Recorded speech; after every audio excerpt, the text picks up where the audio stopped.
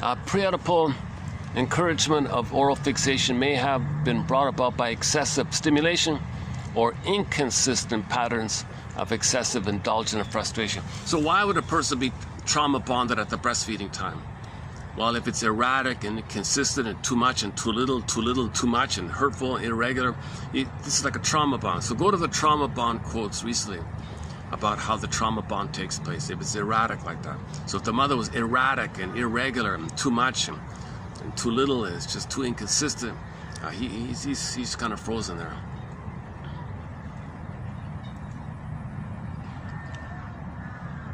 Okay, where are we here? Does it work if I do it like this? Can I read it like this?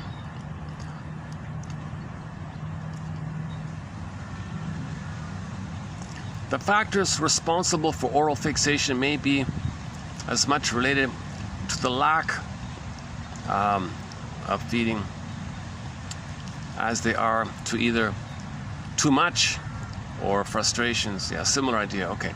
John's late weaning at the age of 5 and the need to replace his pacifier until he was 7 indicate strong oral fixation with an inability to tolerate oral deprivation. So the phrase being spoiled might apply here. The mother's supposed to allow the baby to lead the weaning.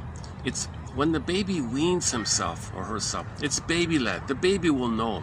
No, don't leave me. Stay dependent on me. So the mother might force on him. Then he might become stuck there. That's the too much idea. So the mother's got to have a rapport with the baby. The baby will give cues. All right, Ma, thanks for the good feeding. I can go now. So if there is a problem in this whole feeding area, enter addictive disorders. Okay, addiction is rooted in oral fixation. Now, there's a good summary statement. Addiction is rooted in oral fixation. Addictive living, addictive behavior, addicted to substances or behaviors, or any kind of addictive disorder. It's an addiction rooted in oral fixation. Next one here. By being given as much time as she wanted, she learned to tolerate separation and anxiety without having to regress to the oral fixation point. Perhaps the self-demand system, a baby-led self-demand system in weaning away from therapy should be considered in cases with oral dependent needs, particularly with alcoholics. So here she's saying it's supposed to be baby-led. She calls it here